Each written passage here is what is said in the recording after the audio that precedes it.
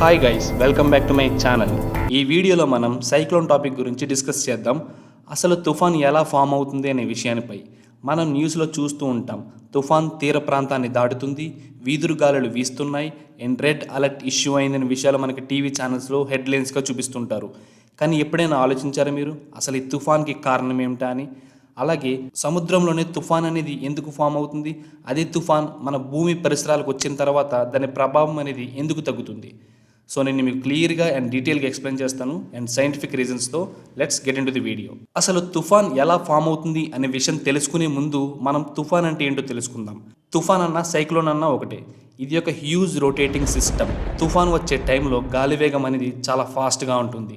భారీ వర్షాలు పడతాయి, కొన్నిసార్లు అయితే వరదలకు కూడా దారితీస్తుంది. భారీగా ప్రాణ నష్టం ఇంకా ఆస్తి నష్టం కూడా జరుగుతుంది. ఈ రొటేటింగ్ సిస్టమ్ మెయిన్గా ట్రాపికల్ ఓషన్స్లో ఫామ్ అవుతుంది, like bay of Bengal, Arabian sea, Pacific మహాసముద్రాలు వంటివి. ఈ తుఫాన్ని ఒక్కొక్క ప్రదేశం బట్టి వీటి పేర్లు అనేవి మారుతూ ఉంటాయి. లైక్ ఇండియన్ ఓషన్లో ఫామ్ అయితే తుఫాన్ ఆర్ సైక్లోన్ అని, లేదా పసిఫిక్ ఓషన్లో ఫామ్ అయితే టైఫోన్ అని, అదే అట్లాంటిక్ ఓషన్లో ఫామ్ అయితే దాన్ని హరికేన్ అని పిలుస్తారు. కానీ పేర్లు వేరైనా వీటి అన్నిటి ప్రభావం మాత్రం ఒకటే. తుఫాన్ ఫామ్ అవడానికి కొన్ని కండిషన్స్ ఉన్నాయి, అవి చెప్తాను, క్లియర్గా వినండి.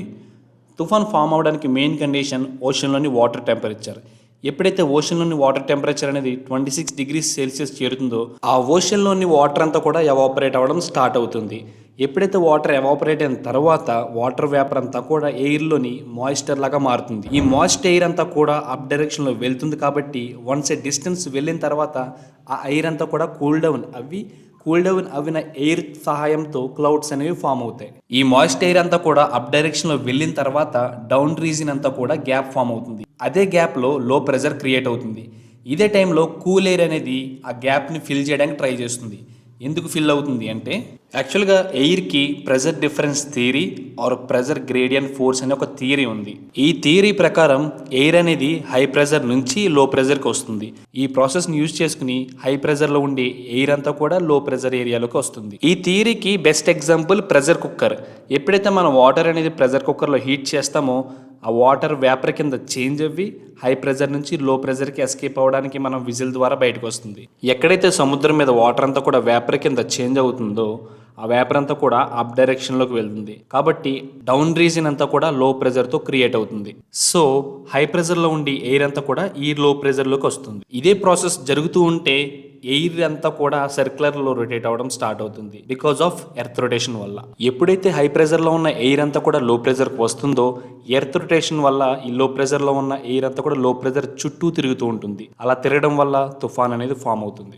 వన్స్ సైక్లోన్ ఫామ్ అయిన తర్వాత ఇది ఇంకా స్ట్రాంగ్ అవుతుంది. దీనికి రీజన్ ఓషన్లో ఫామ్ అయిన హీట్ అండ్ అలాగే ఎయిర్లో ఉన్న మాయిశ్చర్ వల్ల. సముద్రంలోని వాటర్ నుండి ఎవాపరేట్ అయిన ఎయిర్కి ఎనర్జీ అనేది చాలా ఎక్కువ ఉంటుంది.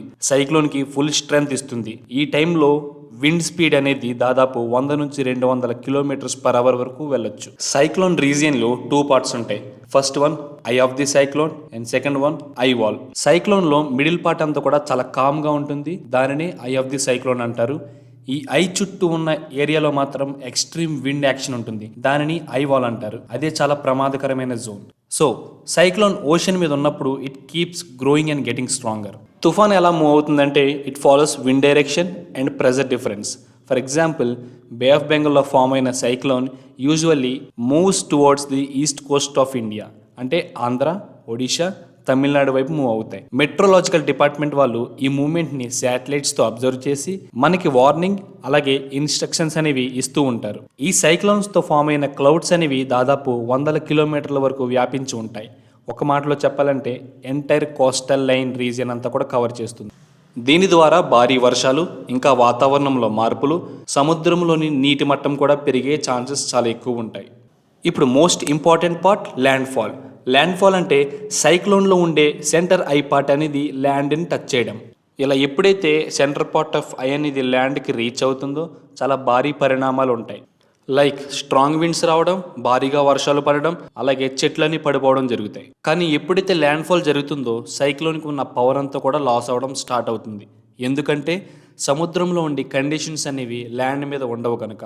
ఇంకా దానికి తోడు ల్యాండ్ మీద ఉన్న ట్రీస్, హౌసెస్, మౌంటైన్స్ ఇవన్నీ ఉండడం కారణం వలన విండ్ మూవ్ అయ్యే డైరెక్షన్లో ఇవి అడ్డుగా ఉంటాయి కాబట్టి వీటి రెండింటి మధ్య ఫ్రిక్షన్ అనేది ఫామ్ అవ్వి విండ్ ఫోర్స్ అనేది స్లో అవ్వడం స్టార్ట్ అవుతుంది.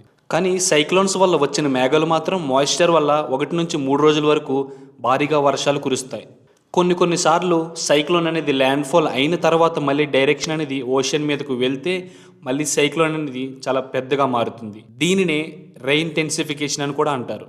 నా ఈ ఎక్స్ప్లెనేషన్ మీకు నచ్చినట్లయితే లైక్ చేయండి, షేర్ చేయండి, అలాగే సబ్స్క్రైబ్ చేసుకోండి. పక్కనే ఉన్న బెల్ ఆప్షన్ని ఆల్లో పెట్టుకోండి. అలా పెట్టడం వల్ల నేను పెట్టే ప్రతి వీడియో అనేది మీకు నోటిఫికేషన్ ద్వారా వస్తుంది.